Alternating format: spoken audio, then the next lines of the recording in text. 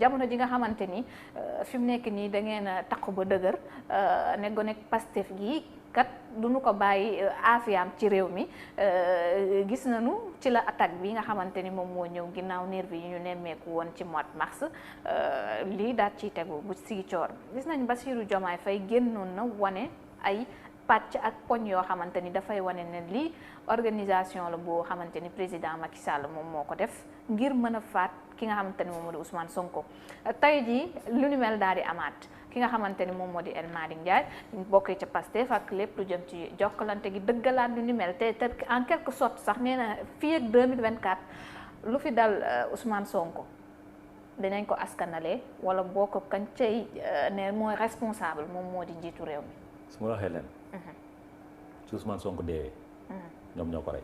ah foo teg loolu. ñoom waa Pastef parce que il ne parle que de tuer su Ousmane Sonko deewee xanaa ñoom dañu bëgg Ousmane Sonko dee xanaa dañu bëgg ñoom Ousmane Sonko dara dal ko. ah c'est leader. non attends c'est-à-dire nit su nekkee sa leader la da nga koy ñaanal jàmm ak salaam. mais bu ko ñaanal non bu ko ñaanal sa fan. pourquoi non attends defal ndànk Ousmane Sonko. man mi toog ci plateau bi jàmm ak salaam laa koy ñaanal et je sais que président Macky Sall jàmm ak salaam la koy ñaanal parce que démb ba li ko dalee moom dans son tweet et sur Facebook il a présenté ses condoléances et ça c'est à saluer. moom njiitu réew mi non dama ne c'est à saluer parce que c'est un humain xam nga lu ñuy wax nañu bàyyi li ñuy fowe ñoom nañ ko baax ay quelque chose a été orchestré pour éliminer une personne loolu fan la xew Sénégal est-ce que nous sommes dans un pays boo xamante ni nit ñi dañuy toog di organiser ay affaires pour éliminer une personne nous sommes pas ce Sénégal là ñoom nag su nekkee ils ont dans leur stratégie parce que aussi déggoon nañ fi ay jamono ñoom d'accord ñu woon si yenn départ yi y a le Pastef impôt et domaine et il y a le Pastef qui n'est pas impôt et domaine le Pastef qui n'est pas impôt et domaine n'est pas d'accord sur la démarche de Ousmane Sonko est-ce que ñooñu nekkuñu sax di orchestrer la disparition de Ousmane Sonko. déet yaa ngi accusé. déet ñoom dañoo wax li may wax ma ne. puisque ñoom dañ ñi ngi wax Ousmane Sonko lu ko dal est-ce que du ñoom ñooy fexe lu dara dalee Ousmane Sonko. c'est une question que je me pose. nekkuñu di artu jamono ji. artu ñu non parce que kat réew mi kenn nekkatul ci kaaraange. non parce que démb boo gisee ci Doudou Ka ba muy def mitigam bi dañu ngi gis mu àndaloon ak ay takk der ñoom bokk na sax ci li leen tiital. non les éléments l'armée sénégalaise et la gendarmerie et autres ils sont venus pour assurer la sécurité des personnes et des biens. ànd ak Doudou Ka. non dama ne gis nañ leen ñu takk non dama ne déglu baax la ànd ak Doudou Ka parce que Ousmane Sonko da doon ñibbi. dem aéroport di dugg avion kii di ñibbi di dugg ci biir il faut qu'on les encadre. ñu encadrer ki nga xam ne day dugg ci biir dëkk bi c'est juste ça. te gis nga Sénégal bu ñu naxante te bu ñu nañu bàyyi xelu nit ñi ñuy fowe naan lu dal Ousmane Sonko li ma leen di laaj mooy est-ce que du ñoom ñoo bëgg fexeel Ousmane Sonko. ñoom nan la ñuy ànd ak nit di fexeel moom mais ànduñu ak moom du doon parmi j'ai dit ànduñu ak ñoom ànduñu sax ak Ousmane Sonko nee naa la Pastef dafa xar ñaar y a le Pastef impôt et domaine et y a le Pastef qui n'est pas impôt et domaine. loolu lan nga bëgg a wax. non dama ne quand l'affaire Khady comment il s'appelle. Adji Sarr a explosé. am na ñoo xamante ni ils s'étaient organisés. pour dire que Ousmane Sonko dafa war a jóge ci bopp parti bi bii Pastef des cadres du Pastef. non loolu compréhension la ci au début. waaw mais donc fort de tout cela est-ce que ñoom nekkuñu di jéem a fexeel Ousmane Sonko. parce que dañuy accuser rek ñoom. léegi ñoom ban intérêt lañ ciy am bu ñu fexee. léegi ban intérêt lañu am mais Pastef ban leader la am boo xamante ni boo nee. Pastef j'ai dit ban intérêt la ñu am ce que tu dis là c'est très grave donc ça veut dire que au niveau de Pastef y a personne derrière Ousmane Sonko. xamuma tuumaal de. déet da nga ne Pastef ban leader la am après Ousmane Sonko. mais tey jii Ousmane Sonko est l'image de Pastef loolu la. donc ça veut dire que si Ousmane Sonko demain ne se présente pas Pastef n'aura pas un candidat potentiel. ñu ngi cay liggéey. kon nañ dem uti parti beneen. donc pour te dire que nañu arrêter accusation yi parce que amul kenn ko am intérêt pour Ousmane Sonko disparaître amul kenn ko am parce que nous sommes pas dans un pays où on veut la mort d'un adversaire amul kenn kuy dox ci réew mi pour la mort d'un adversaire politique amul nañu bàyyi violence boobu ñuy def ci bopp nit ñi est-ce que tu sais que c'est à cause de ces déclarations là que li xew Ziguinchor xew fa dañu bëgg fexeel Ousmane Sonko ay nitam préparé wu ne ku ko jege dañ lay rey. waaw c'est ça qui est dangereux. Il incite les gens à la violence. C'est pas bon. On ne peut pas vouloir avoir un pays dans cette violence-là. C'est pas bon. Sénégal xamul lii. Violence verbale bi Sénégal xamu ko. Ñun xamuñu loolu. Dégg nga dañu bëgg fexe Ousmane Sonko nañu dem ñu génne seeni gourdin di kar nit ñi ci mbedd mi di leen dóor parce que pensant que dañuy fexeel Ousmane Sonko dañu bëgg jël bakkanam xam nga lu tax. est-ce que du xam nga lu tax xam nga lu tax. C'est parce que Bassirou Diomaye wax na ko. c'est lui le responsable des cadres. Et normalement Bassirou Diomaye li mu wax noonu dafa waroon génne ses preuves mu leer ci bopp sénégalais yi. Et si tu comprends parce que accusation gratuite yomb na maintenant ils sont en train d'installer la violence parce que nag soo toogee ngay kilifa Pastef ne nguur gi dafa teg plage am stratégie pour démanteler pour éliminer tuer Ousmane Sonko mais ay nitam su ñu amee fulla ak fayda dinañ protéger Ousmane Sonko moo tax violence bi am nañu bàyyi viol discours yooyu baaxul. est-ce que du ñoom dañoo jàpp ni jamono ji am na ñenn ci ay membres APR yoo xamante ni lu mu leen jaral aussi jaral na leen lu ne ngir aussi ñu baliser le terrain pour le président. ba nga xamee ni ñu ngi def jëf yoo xamante ni mun na bañ a jógee nag ci président mais ñoom ñu koy def ba ñu xaw ci am ay. su ma la waxee leen di bëgg nous avons été à l'opposition on n'a jamais été violent opposition lañ jógee accéder au pouvoir mosuñu dóorante kurpañ mosuñu taal lacrymogène mosuñu ci nekk. On n'a jamais été dans ces choses-là. Donc du ñu ñëw ba accéder au pouvoir naan dañuy utiliser cette arme-là. C'est l'arme des faibles. La violence c'est l'arme des faibles. parce que nee nañ da ngeen ragal tey njiitu Pastef parce que il est le seul opposant boo xamante ni tey jii mën na leen a teree nelaw. te jamono si sax moo leen teree nelaw ma jox la scoop. su audience su parent Ousmane Sonko yi amoon. avant muy bañ ko rajee noonu su amoon Ousmane Sonko du créer parti. ñëwal ci loolu. dama ne. bañ ko rajee. Ses parents ont remué ciel et terre pour toog ak président Macky Sall. pour ñu baal ko. et il était prêt à demander pardon loolu su amoon du créer parti tey du radical. Ousmane Sonko te mu gëm li muy wax nii. barke alxuraanu karim am fu mu ko teg avec barke alxuraanu karim. ils ont remué ciel et terre pour ay mbokkam pour gis parce que. Ousmane Sonko il était un soutien de famille à Ziguinchor. suñ ko dàqee dootul am fu mu liggéeyee ñoom ñoo doon négocier pour ñu delloowaat ko su amoon audience boobu amoon ba président delloowaat ci décision bi du radical man maa la wax li may wax kay na ko Ousmane Sonko weddi. ndax président Macky Sall da ko bañal moo tax mu am taxawaay bi. c'est parce que audience bi non du da ko bañal c'est parce que l'audience n'a pas eu lieu. nga tax audience boobu amul. ñëw bi. c'est du temps de maître Omar Youm. moo nekkoon directeur de cabinet du président Macky Sall. ay mbokkam ci maître Omar Youm la ñu jaar su audience boobu amoon Ousmane Sonko du radical maa la jox scoop boobu tey. noonu lañ ci indi ay leeral. maa la jox scoop boobu tey. dana ci toll parce que Ousmane Sonko soutien de famille la woon bañ koy radier ay mbokkam ci moom la ñu yaakaaroon ils ont tout fait pour être reçus par le chef de l'État Macky Sall. pour ñu pardonner ko nu mu tuddati loolu ñu ko def. luñ ko rajee noonu. luñ ko rajee. l'audience n'a pas eu lieu. c'est du temps du maître Omar Youm directeur de cabinet du président. man kay maa wax lii. ñoom nag su nekkee li may wax weddi nañ ko. nañ ko ñëw dindi ci tontu kay man kay. su loolu amoon su loolu amoon kàddu yi nga wax léegi. dama ne su loolu amoon. du radical bay créer parti politique. non ambition la quand même gestion yi nga xamante ni gis nañ ko. dama ne Sénégal gestion bu gàll goose bu mu fi gis. gestion bu gàll quand il a commencé à faire ses déclarations. à être très radical. quand il a été radié ba audience bi amul.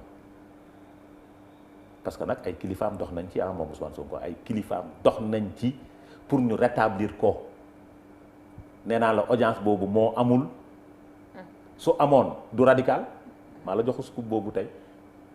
mais yéen tey est-ce que li ñuy wax ne yéen donc vous êtes prêt à tout fi mu nekk nii. prêt à tout pour tegee ko boor moom jiital Pastef bi. non da nga bëgg a wax ni kon nekku leen si. non nous sommes pas dans ça nous sommes des démocrates élection la ñuy dem ak moom ku mën sa morom duma à Ziguinchor. mais est-ce que du ngeen ko yeewi kon. lu jëm ci kon bu dee boobee ba tey ñu ngi jàpp ni yéen a ko comploté est-ce que doo leen ko doo leen tamit génn tey li ñuy wax ba nëga ni ne seen loxo ma nga ca biir dossier Sonko Adji Sarr bi nga xamante ni tey jii gis nañ ni mënul sax dem biti réew moom Ousmane Sonko. kaay ma wax la gis nga sur le dossier Adji Sarr xam nga man lu ma koy conseillé c'est lui qui a intérêt à ce que mu set mu leer moom Ousmane Sonko moom loolu kenn xanaa moom mooy loolu la picc yi di waxtaanee parce que sax moo tax nag c'est lui qui a intérêt à ce que mu leer Adji Sarr nee na procès la bëgg Ousmane Sonko nee na dafa bëgg mu leer waaye ay ca leen ñu dem ca procès. est-ce que yéen doo leen xool tam ni ngeen baralee mbir mi parce que kii di ministre de la justice waxoon na lépp lu ci war dinañ ko def ngir ñu mais ba tey mbir maa ngi tagatémbe te ñu ngi wax procureur moom dafa nekk ci compte ki nga xamante ni moom moo di président également dossier bi si juge d'instruction Samba Sarr d'ailleurs ñu ngi koy ñaanal yàlla yaara xare ko àjjana. amiin ci loxoom la nekkoon fi mu nekk ni nekkagul ci beneen loxo. waaw pour ñu mun ko instruire il faut mu nekk ci loxo juge d'instruction loolu il faut mu nekk te su nekkee ci loxo juge d'instruction on va instruire ce juge là kii fi nga xam ni fa la dëgg féete dina fa yem su nekkee Ousmane Sonko a tort. les Sénégalais sauront qu'il a tort. su nekkee Adji Sarr a tort comme ni mu ko waxee. yoon dal ci kawam simple. mais man li ma jàpp mooy moom moo am intérêt mu leer. du ma ne kii moo tooñ du ma ne kii moo am dëgg parce que nag ba yëf yi di xew fekkewu ma puisque fekkewu ma du ma wax lu ma leeru c'est clair du ma wax viol na du ma wax tëddee na ko c'est pas mon problème mais dama ne moom Ousmane Sonko moo am intérêt parce que xamu tax Adji Sarr ne veut pas être président de la République du Sénégal mais Ousmane Sonko veut diriger ce pays puisqu'il veut diriger ce pays na accéder au pouvoir ci loxo yi set su ko deful jour suñ ko falee su prêter serment 9h su demul procès laa wax de mu prêter serment à 9h à 10h ma def conférence de presse ne on a élu un président violeur parce que setul parce que demul procès il y a le bénéfice du doute il y a la présomption d'innocence mais il y a la présomption de culpabilité mais gis nañ PV yi lañ ca fasal waaye PV yi lan dama ne il faut aller au tribunal devant la loi faire ce procès-là pour setal deram c'est lui qui a intérêt. est-ce que du yéen a koy yeexal est-ce que du yéen a war a am intérêt yéen tamit. tey dama ne ñu conseillé ñi nga xamante ni ñoom ñoo di njiiti ñu fexe ñoom tam bu dee seen loxo da caa ne aussi ñu fexe ba nañu ko seppe baral mbir mi. ña manqué ci ngir procès bi am. aussi ñu def ko. ngir jàmm na ñooy ñëpp xam fu ñu féete. kaay uyu juge d'instruction. jarul mobilisation politique. mobilisation. waaw. bañ ko woowee kaay yu juge d'instruction la de. mu mobiliser dëkk bi yëpp ne gars yi dañ koy gunge. waaw parce que dafa am lu mu demee noonu. mais non su demoon moom kese. il avait ngeen ko ràpp ci kaso bi non gis nga nit soo deful dara bu ragal su nekkee liñ lay wax yow newul ci yow bu ragal. otage politique yaa ngi ko fay bul tiit non dégg ana li ngay wax otage politique ana ñi ñu jàppoon noonu du génn nañ ñi ngi dox seen soxla dama lay wax leen nga xam ko man su ma deful dara aw mu lu may ragal ci àdduna. su nekkee liñ may jiiñ man defuma ko aw ma lu may tiit Ousmane Sonko s'il n'a rien fait il n'a pas amul droit ragal dem tribunal. ragalul est-ce que dafa ragal nag Adama. soxna si moom moo am intérêt mbir mi leer te nag su ma nekkoon conseil bi ma koy jox. dama ko naan jàmbaar fexeel affaire bi leer su affaire bi leerul xaw ma kañ lay nekk président de mais su faloo te affaire bi leerul je serai son premier opposant je dirais qu'on a élu un président violeur.